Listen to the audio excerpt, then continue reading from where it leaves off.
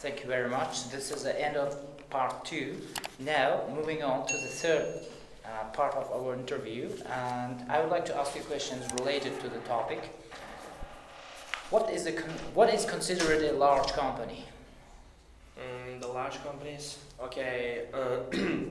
How I've mentioned it about the larger company, but we have the other very types of companies, the great companies like Coca-Cola and other this types of companies.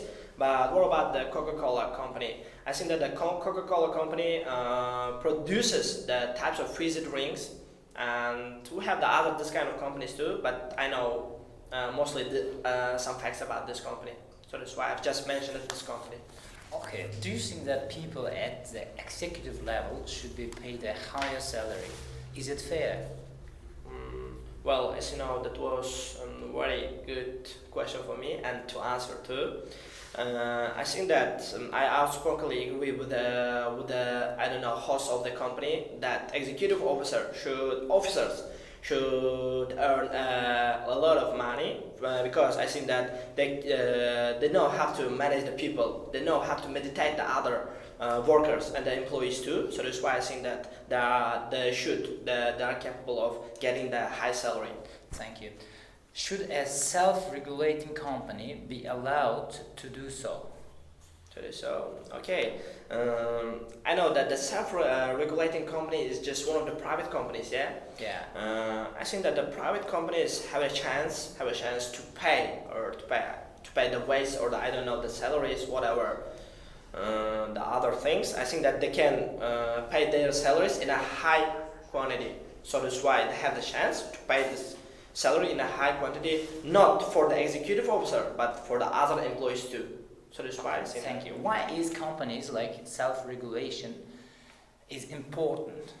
It's important. I think that for the companies which are just regulates themselves, I think that it's important to pay the high salary for their workers because I think that they have to motivate their workers to work every day, day by day, and to improve the level of their works. So that's why I think that that's a good way. That's a good way of marketing. So that's why they have to use it. Okay. What are the advantages and disadvantages to work in a large company? Well, that was a little bit of a tough question for me. So that's why I need a couple of seconds to think about.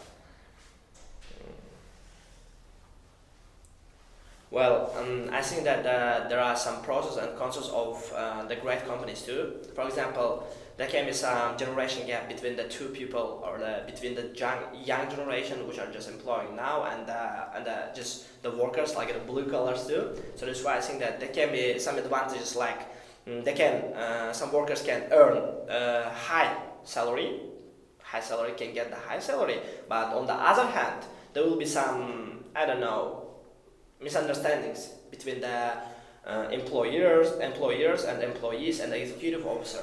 So that's why I think that this is a kind of tough job, and they have to pay the most of their time on this job, and they will I don't know overall generally they will not have enough time to spend to their family. So that's why that's one of the disadvantages of working in a great company.